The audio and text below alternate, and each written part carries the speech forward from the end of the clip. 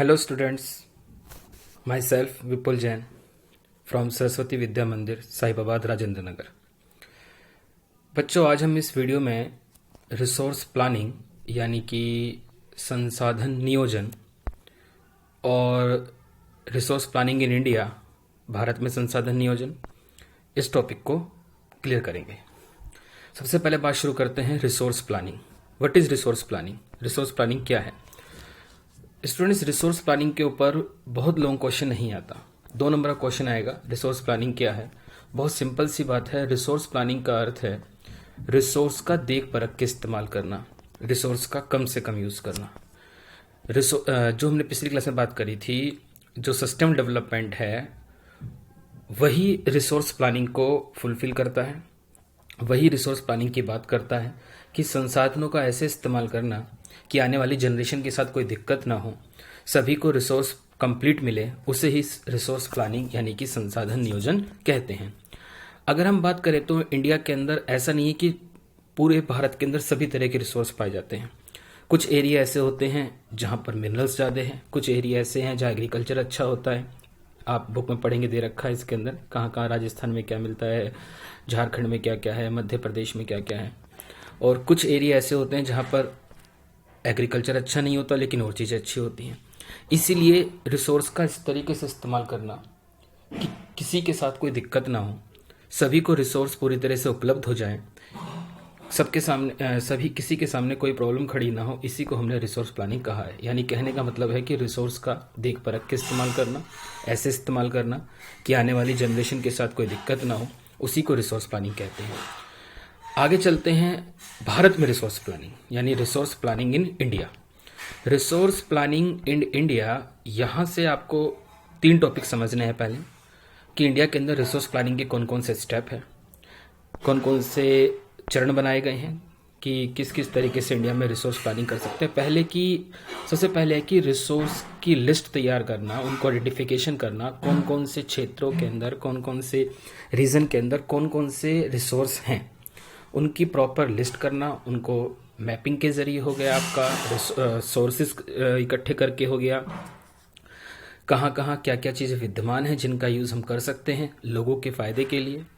And second, उन resource को technological तरीके से इंस्टीट्यूट के अंदर इस्टेब्लिश करना, उनके लिए कार्य करना, इंस्टीट्यूशनल सेटअप करना और अपनी स्किल से उन रिसोर्स को लोगों के और अपने लिए यूज़फुल बनाना।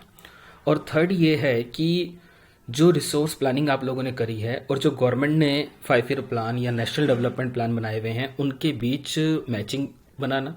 कि ऐसा नहीं कि गवर्नमेंट ने तो कोई और प्लानिंग की हुई है और हम लोग जो प्लानिंग कर रहे हैं उसके अगेंस्ट जा रही है रिसोर्स को डेवलप करने के लिए।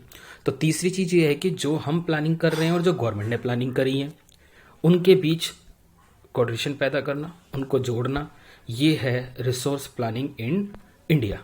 तो 3 स्टेप यहाँ पे दिए हैं रिसोर्स प्लानिंग इन इंडिया की। अगर बात करते हैं, तीनों को आप समझ सकते हैं, पढ़ सकते हैं, बहुत ईजी लैंग्वेज में बुक में लिखे हैं कि किस किस चीज़ को यूज़ करना है। सबसे पहले संसाधनों की पहचान करना, उनकी तालिका बनाना, फिर योजनाओं को लागू करने के लिए स्किल डेवलप कर करके, टेक्नोलॉजी का यूज़ करके उनको इस्टेब्लिश करना, तैयार करना, उसका खाका डायग्राम।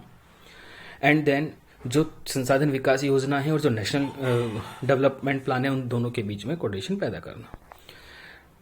उसके बाद हम बात करते हैं कि रिसोर्स तो ज़रूरी हैं ही, लेकिन साथ साथ रिसोर्स को डेवलप करने के लिए टेक्नोलॉजी का होना भी ज़रूरी है। खाली रिसोर्स होने से बात नहीं बनती। बहुत सारे ऐसे देश हैं जहाँ रिसोर्स बिल्कुल नहीं है लेकिन वो बहुत आगे जा रहे हैं। बहुत से ऐसे देश हैं जहाँ रिसोर्स बहुत है लेकिन तब भी वो डेवलप नहीं हो पा रहे। हम जापान जैसे देश की बात करें जहाँ बिल्कुल भी नेचुरल रिसोर्सेज नहीं है, लेकिन उन्होंने अपने स्किल से अपने आप को कितना डेवलप कर लिया, कितना आगे पहुँच गए, आप सब जानते हैं। लेकिन अफ्रीका जैसे कुछ जगह ऐसी हैं जहाँ बहुत रिसोर्स हैं लेकिन वो अपनी टेक्नोलॉजी के कारण उनको यूज़ नहीं कर पा रहे हैं। इसीलिए ये चीज़ भी ध्यान रखनी है कि जो रिसोर्स हमें मिले हैं उनको हम अपना किस तरीके से यूज़ कर सकते हैं, किस किस तरह से उनका इस्तेमाल कर सकते हैं, किस किस तरह से वो लोगों के यूज़फुल आ सकते हैं, ये भी ध्यान देने वाली बात है। केवल रिसोर्स का होने से मतलब नहीं, इसको आप इस तरह समझ सकते हैं। एक बच्चा है, बहुत बड़ी फैमिली में उसका जन्म हुआ, आईएएस या बड़े किसी के यहाँ, लेकिन नहीं पढ़ाई करी उसने, वो पीछे चला गया। लेकिन कभी कभी कुछ बच्चे ऐसे होते हैं जो बहुत पुअर फैमिली में होते हैं, लेकिन फिर भी अपनी स्किल को डेवलप करके अपने आने वाले कल को भविष्य को सुधार लेते हैं।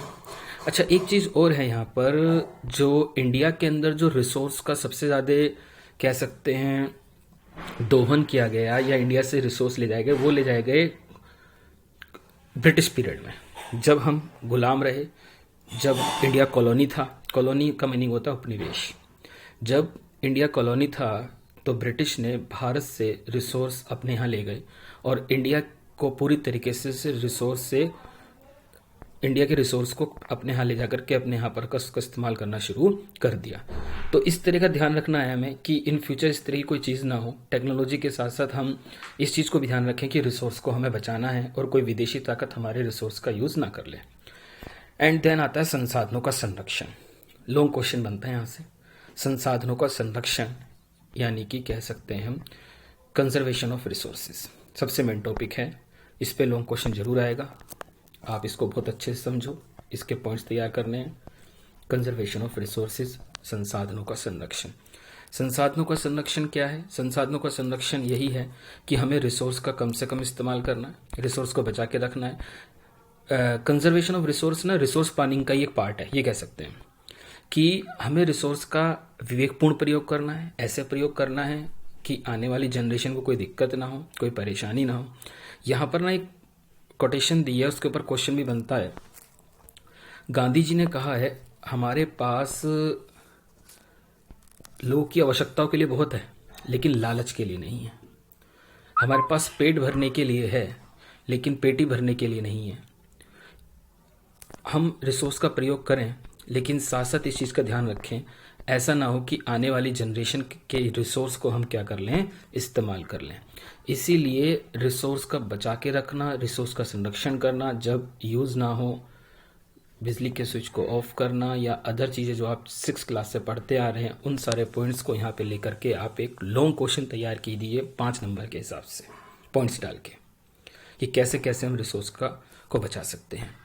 ये एक ना छोटा सा थोड़ा सा बुक के अंदर कुछ बुक्स के नाम दिए हुए हैं यहाँ पर, और ईयर दिए हुए हैं कि कब कब कौन कौन सी बुक पब्लिश हुई। यहाँ से 1 नंबर का क्वेश्चन आएगा, इसलिए इसको आप जरूर पढ़ लेना एक बार। क्लब ऑफ रोम दिया हुआ है अंतर्राष्ट्रीय स्तर पर 1974 के अंदर। सुमेशर ने अपनी बुक में गांधी जी की बात को क्या किया, एक्सप्लेन किया दोबारा से, जो भी बताई हमने। तो ये आपको करना है 1 नंबर के हिसाब से। यहाँ से लॉन्ग क्वेश्चन नहीं आना, ध्यान रखना है, इसको 1 नंबर के हिसाब से करना है। यहाँ पर ब्राज़ील रियो डी जेनेरियो का भी जिक्र है। उसके बाद हम आते हैं भू संसाधन यानी कि लैंड रिसोर्स। लैंड रिसोर्स हमारा नेक्स्ट क्वेश्चन है। लैंड रिसोर्स के ऊपर भी शॉर्ट क्वेश्चन आएगा, इस पे कोई लॉन्ग क्वेश्चन नहीं बनता कि लैंड रिसोर्स क्या है।